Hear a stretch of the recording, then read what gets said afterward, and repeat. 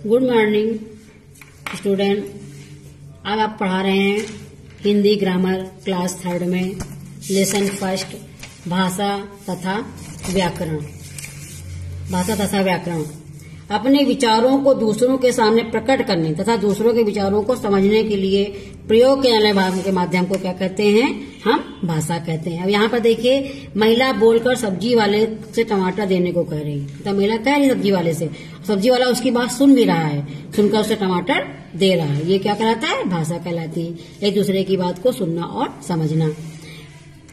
यहाँ देखिए, अध्यापक लिखकर अपनी बात बच्चों को समझा रहे हैं और बच्चे पढ़कर उसे समझ रहे हैं। मतलब अध्यापक लिख रहा है और बच्चे यहाँ लिखी हुई बात को पढ़ भी रहे हैं। उपरोक्त चित्रों में आपने देखा कि सभी ने अपनी बात को दूसरों तक पहुंचाने के लिए और दूसरों की बात समझने के लिए एक माध्यम का प्रयोग किया। माध्यम क्या कहलाता है?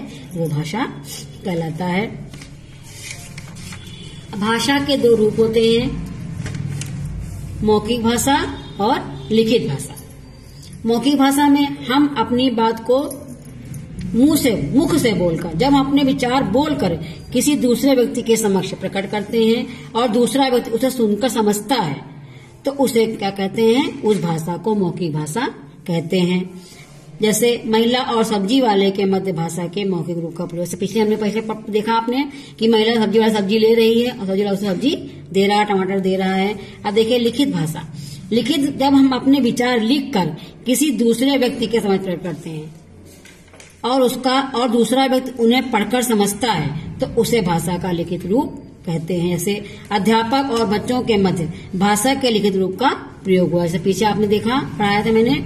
इसके अतिरिक्त कभी कभी अपने विचार दूसरों तक पहुंचाने के लिए हम संकेतों का भी प्रयोग करते हैं। एक भाषा है और संकेतिक भाषा जो होती है, इसका प्रयोग हम नहीं करते हैं। हम संकेतों का प्रयोग करते हैं। जैसे दिए गए चित्र में डॉक्टर ने मरीज के पास खड़े व्यक्ति को अपनी बात संकेत द्वारा समझाई। इसे क्या कहते हैं? संकेतिक भाषा है। लेकिन हम मेन दो ही भाषा का प्रयोग करते हैं, संकेतिक भाषा का प्रयोग बहुत कम करते हैं। किंतु व्याकरण में इस भाषा को मान्यता प्राप्त नहीं है। व्याकरण में इस भाषा को मान्यता प्राप्त नहीं है, माने नहीं है। अब आया देखिए भारतीय भाषाएं। आपका देखिए भारतीय भाषाएं। भारत एक विशाल देश है। इसमें कितने राज्य हैं? 29 राज्य हैं और प्रत्येक राज्य की अपनी विशेष संस्कृति, रहन सहन, वेशभूषा। सभी राज्य की अपनी अपनी रहन सहन, व्यक्ति वेशभूषा और खान पान अलग अलग होता है। इन सब विविधताओं के द्वारा साथ साथ प्रत्येक राज्य की भाषा में भी विविधता है। मतलब भाषा में भी अंतर है। कोई हिंदी बोलता है, कोई तमिल बोलता है, कोई फारसी बोलता है, कोई इंग्लिश बोलता है। कुछ प्रमुख राज्य और उनकी भाषाएं इस प्रकार हैं। अब देखिए राज्य और भाषा यहाँ दिए गए हैं। गुजरात की भाषा गुजराती, कर्नाटक की लोग कन्नड़ बोलते हैं, उड़ीसा की उड़िया, पंजाब की लोग पंजाबी भाषा बोलते हैं, कश्मीर की कश्मीरी, तमिलनाडु की तमिल भाषा होती है। ऐसे जितने भी राज्य हैं सबकी भाषा और बोली, खान पान भी अलग अलग है। उत्तर प्रदेश, मध्य प्रदेश, दिल्ली, हरियाणा आदि राज्यों की भाषा क्या है? हिंदी। हम लोगों की भाषा क्या है? हिंदी है।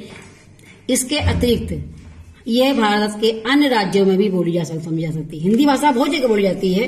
पूरे देश में व्यापक रूप से प्रयोग किए जाने के कारण हिंदी को भारत की राष्ट्रभाषा होने का गौरव प्राप्त है। हिंदी को क्या गौरव किया है? हिंदी को राष्ट्रभाषा का गौरव प्राप्त हुआ है। मोनिका गन्ना, यहाँ व्याकरण देखिए में, मोनिका गन्ना खा रहा है, बकरी को काटकर घास खिलाओ। उपरोक्त वाक्य पढ़ने में कुछ अटपटे लग रहे हैं। इनके शुद्ध रूप इस प्रकार हैं। मोनिका गन्ना खा, लड़की है और मोनिका गन्ना खा रहा है, तो ये क्या है? यहाँ तो लिंग चेंज कर दिया।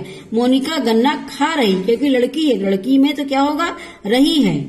अब बकरी को काटकर घास खिलाओ, तो ये भी आपका वाक्य गलत है। घास काटकर बकरी को खिलाओ, सटीक वाक्य आपका ये होगा। ये आपका वाक्य गलत है, रॉन्ग है। किसी भी भाषा के शुद्ध प्रयोग के नियमों का संकलन क्या कहलाता है? व्याकरण। व्याकरण क्या है? किसी भी भाषा के शुद्ध प्रयोग करेंगे तभी वो व्याकरण कहलाएगा। अगर इस तरह से लिखेंगे तो ये आपका व्याकरण नहीं कहलाएगा, ये गलत है। किसी भाषा शुद्ध को लिखने पर शुद्ध रूप से लिखेंगे तो वो व्याकरण कहलाता है। अब इसमें देखिए होमवर्क, सही विकल्प पर सही का चिन्ह लगाना है। मन के भावों एवं विचारों का आदान प्रदान किया जा सकता है। पढ़कर, लिखकर, बोलकर। आपको इसमें जो आपको ऑप्शन सही लगे वो आपको करना है स्वयं से कि रिक्त स्थानों की पूर्ति, भाषा के रूप होते हैं, कितने रूप होते हैं भरना है आपको, ये सब आपको खुद से फिल करना है। सही मिलान करिए। अब यहाँ देखिए भाषा दी हुई है, राज्य दिया गया है। अब किसी राज्य को किसकी भाषा, कौन सी राज्य की क्या भाषा है, ये आपको यहाँ पर मिलान किया गया करना है। पीछे आप पढ़िएगा, पढ़कर आप खुद से मिलान करिएगा। वाक्यों में प्रयुक्त भाषा का रूप लिखिए। वाक्यों में प्रयुक्त भाषा का रूप आपको लिखना है। दादाजी मयंक को कहानी सुना रहे हैं, कौन सी भाषा, वाक्यों में प्रयुक्त भाषा का रूप क्या है, इसमें लिखित भाषा है कि मौखिक भाषा, ये आपको लिखना है। दादाजी मयंक को कहानी सुना रहे हैं, आपकी कौन सी भाषा है, मौखिक भाषा है। रचित ने अपने दोस्त को खत लिखा, ये आपका क्या है, लिखित भाषा है। ऐसे ही आप ये वाक्य पढ़िएगा और आपको यहाँ लिखित और मौखिक भाषा रूप, आपको रूप लिखने हैं। विभिन्न चित्रों में दी गई वेशभूषा पहचान कर उनका राज्य हुआ वहां बोली जाने वाली भाषा लिखिए। अब देखिए ये राज्य दिया, ये भाषा दी है। अब आप ये देखिए कौन से राज्य में कौन सी भाषा बोली जाती है, ये आपको अपने खुद से फिल करना है। वर्ण और मात्राएं, थर्ड में भी आपको वर्ण और मात्राएं का ज्ञान होना चाहिए। भाषा की वो छोटी से छोटी ध्वनि जिसके टुकड़े नहीं किया जाता, टुकड़े मीन्स खंड नहीं कर सकते हैं, उसे क्या कहते हैं, वर्ण या अक्षर। वर्ण को अक्षर भी बोलते हैं। अब ये हमारा क्या है, घा क्या है, वर्ण है। घा क्या है, वर्ण है, और इसको वर्ण भी कहते हैं और अक्षर भी कहते हैं। उपरोक्त चित्रों के नाम बोलने पर हमारे मुंह से कोई ध्वनियां निकलती है, जैसे घड़ी, तैराक, सुराही। घड़ी, घा क्या है, वर्ण है। गड़ा क्या है, वर्ण है। तो इसमें कै ध्वनियां निकली, 2 ध्वनियां निकली इसमें। तैराक में कै ध्वनियां हैं, 3, तय, रा, का। इसमें कै ध्वनियां निकली, 3 ध्वनियां निकली। आप ऐसे माने बोले जानवर, जानवर में जा, ना, वा, कै ध्वनियां निकली, इसमें 4 ध्वनियां निकली। तो ऐसे ही ध्वनियों के मेल से क्या बनते हैं, आपके शब्द बनते हैं। यहाँ पर देखिए 6 ध्वनियां हैं। तैराक, तय, रा, का, इसमें देखिए मिला के अलग लिया, 6 ध्वनियां निकल गई इसमें। सु, रा, ही, ये कै ध्वनियां हैं, 6 ध्वनियां निकल गई। इन ध्वनियों को और भी छोटा किया जा सकता है, इन ध्वनियों को छोटा किया जा सकता है। अब इन ध्वनियों को और छोटा नहीं किया जा सकता। ये भाषा की सबसे छोटी इकाई ध्वनियां हैं। इन ध्वनियों को हिंदी भाषा में वर्णीयाक्षर कहा जाता है। क्या कहते हैं, वर्णीयाक्षर कहते हैं। वर्ण 2 प्रकार के होते हैं, पिछले कक्षा में भी आपको पढ़ चुके हैं। स्वर्ण में वर्ण 2, स्वर और व्यंजन, 2 वर्ण होते हैं, स्वर और व्यंजन। स्वर 11 होते हैं और व्यंजन 33। जिन वर्णों का उच्चारण बिना किसी ध्वनि की सहायता से किया जाए, जिन वर्णों को बिना किसी ध्वनि की सहायता से किया जाए उसे क्या कहते हैं, स्वर कहते हैं। हिंदी भाषा में स्वर की संख्या 11 है। स्वर को बोलने के लिए हमें किसी भी ध्वनि की आवश्यकता नहीं पड़ती है। छोटा, बड़ा, छोटी, बड़ी, छोटा, ओ, बड़ा, ओ, ऋण, ए, ऐ, ओ, औ, अंग। अंग, आह यहाँ नहीं है, वो आपका क्या है, अयोगवा है। अभी आपको बताएंगे। जिन वर्णों का उच्चारण सब स्वरों की सहायता से किया जाता है उन्हें व्यंजन कहते हैं। व्यंजन बिना स्वर की सहायता के पूरे नहीं माने गए हैं, इन्हें स्वर की सहायता लेनी ही पड़ती है। ये हिंदी भाषा में व्यंजनों की संख्या कितनी है, 33 है। जैसे अब का में आपका आ निकल रहा है, का, खा में आ निकल रहा है, खा, तो ये क्या है, ये व्यंजन है। व्यंजन को स्वरों की सहायता लेनी पड़ती है। हिंदी भाषा में कुछ वर्ण और भी हैं। अंग, आहा, अंग, आहा, ये अंग है, ये भी अंग है, ये आहा। एक अंग की मात्रा ऐसे लगती है, एक अंग की मात्रा चांदनी की तरह लगती है। एक आहा। शंख, ऊंट, नम, ये हमारे हिंदी भाषा के कुछ वर्ण, इन्हें क्या कहते हैं, अयोगवा स्वर कहते हैं। क्या कहते हैं, अयोगवा स्वर कहते हैं। अब देखिए छत्रंज्ञा, छत्रंज्ञा, श्रा, ये हमारे क्या हैं, संयुक्त व्यंजन। ये हमारे क्या कहलाते हैं, छत्रंज्ञा, ये संयुक्त व्यंजन कहलाते हैं। अड़ा और आ क्या कहलाते हैं, अतिरिक्त व्यंजन। ये क्या कहलाते हैं, अतिरिक्त व्यंजन कहलाते हैं। छत्राणी, त्रिशूल, ज्ञानी, श्रमिक। छा कैसे बनता है, का और शा मिला के आपका छा बनेगा। त्रा, ता और रा, ज्ञा, जा और इया मिला के, श्रा और रा मिला के आपका क्या बनेगा, श्रमिक बनेगा। बैलगाड़ी, ड़ा क्या आपका अतिरिक्त व्यंजन है, ये भी आपका अतिरिक्त व्यंजन है। हिंदी भाषा में अंग को अनुस्वार या अनुनासिक और आ को विसर्ग कहते हैं। आ को क्या कहते हैं, विसर्ग। इनमें अंग और आह को स्वर समूह में रखा जाता है। अंग आह को कहाँ रखते हैं? होते स्वर समूह में ही, लेकिन इनको क्या कह दिया गया? इनको अयोगवाह या अनुनासिक या अनुस्वार शब्द वर्ग वर्ण कहा जाता है। छत रंग ज्ञ श्रा वर्ण दो वर्णों के मेल से बनते हैं, संयुक्त व्यंजन कहलाते हैं। हम लोगों को बताया आपको ये दो वर्णों के, ये दो वर्ण हैं, दो वर्णों के मेल से ये शब्द बनते हैं। का और शा मिल के छा, ता और रा मिल के त्रा, दो वर्णों के मेल से आपका ये त्रा बना। अड़ा और अड़ा वर्णों को व्यंजनों के रूप में शामिल किया जाता है। इन्हें अतिरिक्त वर्ण, इन्हें क्या कहते हैं? इन्हें अतिरिक्त वर्ण कहा जाता है, अतिरिक्त वर्ण कहा जाता है। वर्णमाला, अब आया आपका वर्णमाला। वर्णमाला शब्द का अर्थ है वर्णों की माला, सही शब्द में सही वर्ण क्रम में लिखना क्या कहलाता है? हिंदी की वर्णमाला स्वरों और व्यंजनों के मेल से बनती है, जिसमें सभी वर्ण एक निश्चित क्रम में लिखे जाते हैं। मतलब निश्चित क्रम में लिखे जाएंगे तभी आपकी वर्णमाला पूरी होगी। जैसे हमने लिखा छोटा बड़ा छोटी बड़ी का खा गा अंगा, ये हमारा वर्ण पूर्ण है, और हमने पहले खा लिख दिया, फिर गा लिख दिया, फिर अंगा लिख दिया, तो ये हमारी संपूर्ण वर्णमाला नहीं होगी। तो वर्णों को निश्चित क्रमबद्ध में लिखने को क्या कहते हैं? वर्णमाला कहते हैं। व्यंजनों के साथ, अब आया मात्राएं। व्यंजनों के साथ लिखते समय स्वर अपने मूल रूप में नहीं लिखे जाते।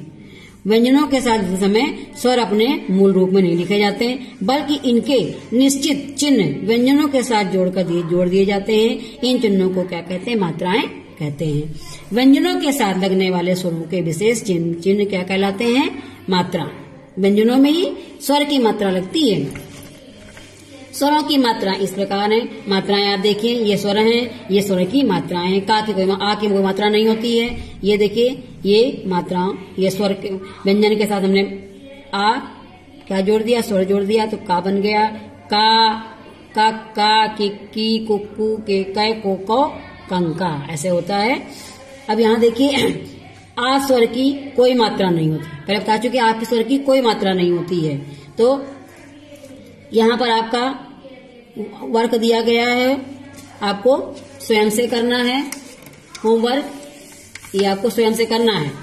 ये भी देखिए खाली जगह है, यहाँ पर खाली जगह ये शब्दों की छोटी छोटी ध्वनियां लिखी हैं। यहाँ पर आपको लिखना है महल, माँ प्लस आ, हा प्लस आ, ला प्लस आ, इस तरह से आपको यहाँ पर कंप्लीट करना है, पूरा करना है। यहाँ देखिए चित्रों को देखकर उचित मात्राएं लगाई हैं, चित्रों को देख उचित मात्रा लगाना है। अब यहाँ क्या है? सा मा सा, तो क्या होगा? सा मो सा। गुलदस्ता में छोटी मात्रा नीचे से आएगी और ता में इधर से आएगी। गुड़िया में छोटी मात्रा इधर से आएगी और ड़ा में इधर पीछे से मात्रा आएगी, या में आगे से ये बड़ा की मात्रा। इस तरह से आपको ये कंप्लीट करना है।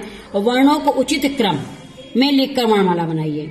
ये आपके वर्ड सब लिखे हैं, वर्णों का उचित क्रम से आपको यहाँ वर्णमाला लिखिए। यहाँ लिखे, ये आगे पीछे हो गए हैं सब, तो इसको क्या करना है? आपको सही से यहाँ पर वर्णमाला आपको स्वयं से लिखनी है, सही मिलान करना है। ये मात्राएं दी हैं, ये स्वर दिए गए हैं, इनकी मात्रा इससे आपको मिलाना है।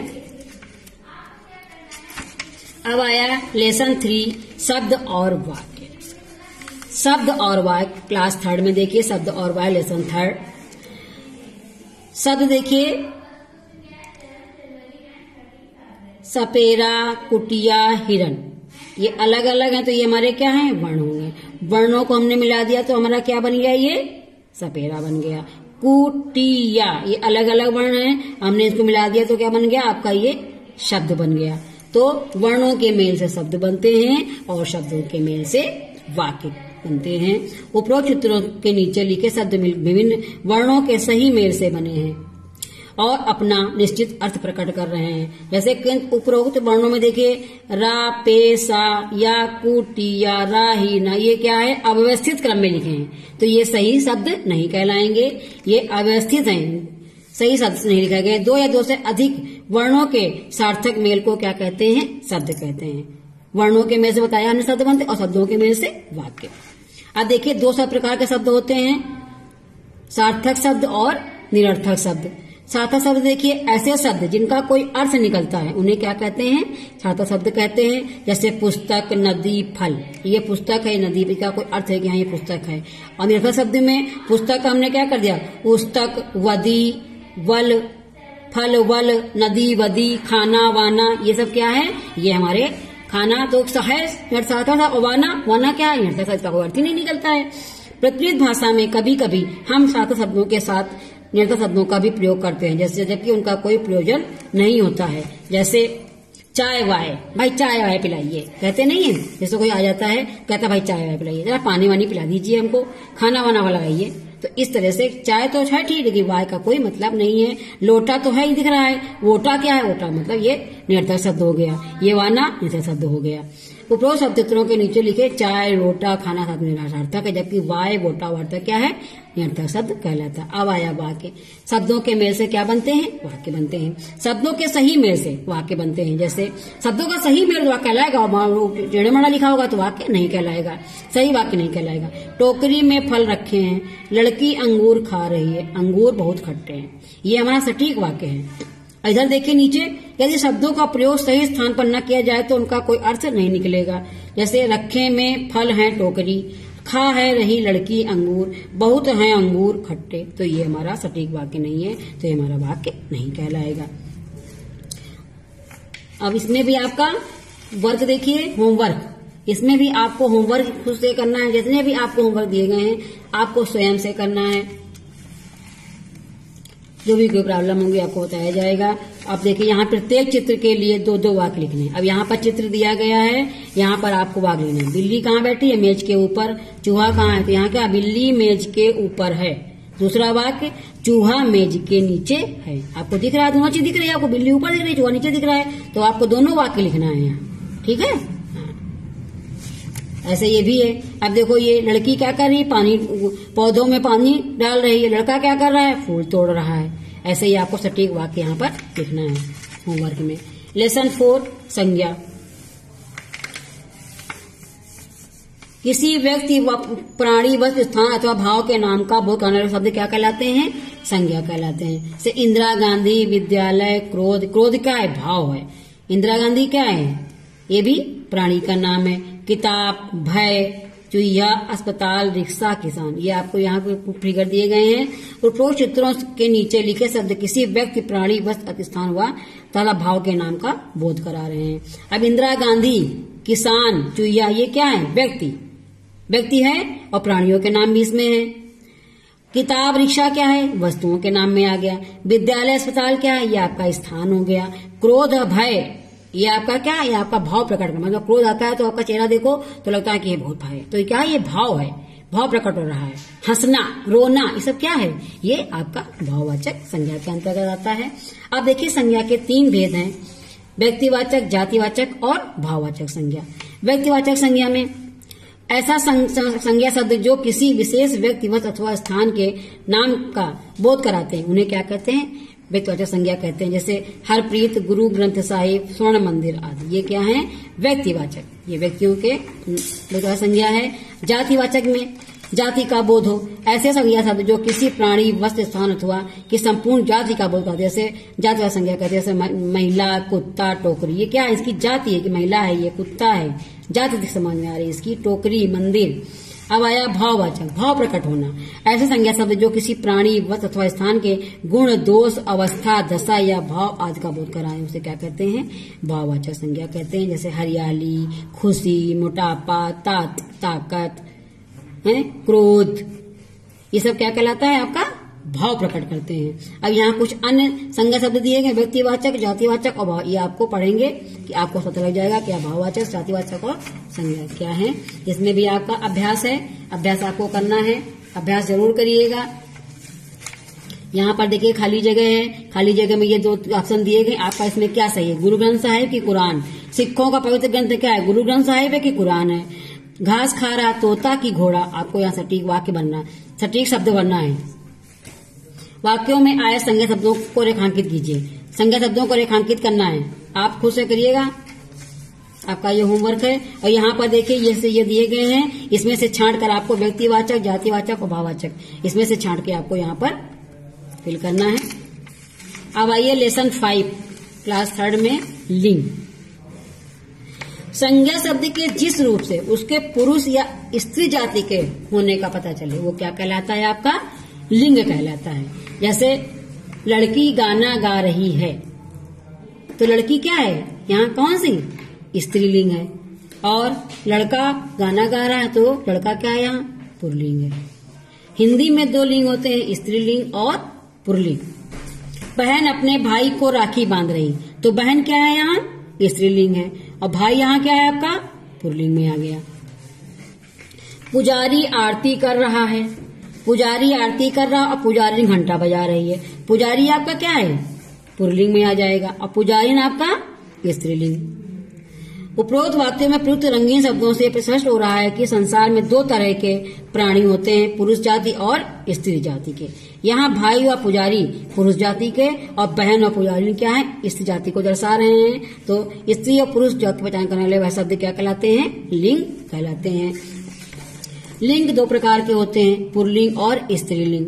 पुल्लिंग में ऐसे संज्ञा शब्द जिनके द्वारा हमें पुरुष जाति का बोध हो, उसे क्या कहते हैं, पुल्लिंग कहते हैं। जैसे गायक, शेर, गुड्डा, ये आपका क्या है, ये पुरुष जाति का बोध करा रहे हैं। और यहाँ देखिए गायिका, शेरनी, गुड़िया, ये हमारे स्त्री जाति का बोध करा रहे हैं। कुछ अन्य पुल्लिंग स्त्री शब्द यहाँ पर दिए गए हैं, आप इसको पढ़ेंगे। पुल्लिंग, स्त्रीलिंग, और इसी में अभ्यास है, अभ्यास भी आप पढ़िएगा, पढ़ के इसको फिल करना है। संगीत शब्दों के स्थान पर वाक्य पुनः लिखिए। लिंग बदलना है, बादशाह, अध्यापक, बाघिन, मोर, नानी, इनके आपको क्या करना है, लिंग बदल के लिखना है। अध्यापक का अध्यापिका, बाघिन का बाघ, मोर का मोरनी, नानी का नाना। बादशाह का क्या लिखेंगे, बादशाह का स्त्रीलिंग क्या होगा, हैं? बादशाह का स्त्रीलिंग आपको स्वयं से लिखना है, हम बताएंगे नहीं, थोड़ा आप भी अपना दिमाग लगाइए, ठीक है। स्त्रीलिंग शब्दों का गोला बनाइए, इसमें स्त्रीलिंग शब्द हैं, उस पर आपको गोला बनाना है। चित्रों को देखकर जोड़ों के नाम लिखिए, चित्रों को देखकर आपको जोड़ों के नाम लिखने, इसमें भी आपको अभ्यास करना है। Thank you. Lesson 5 complete.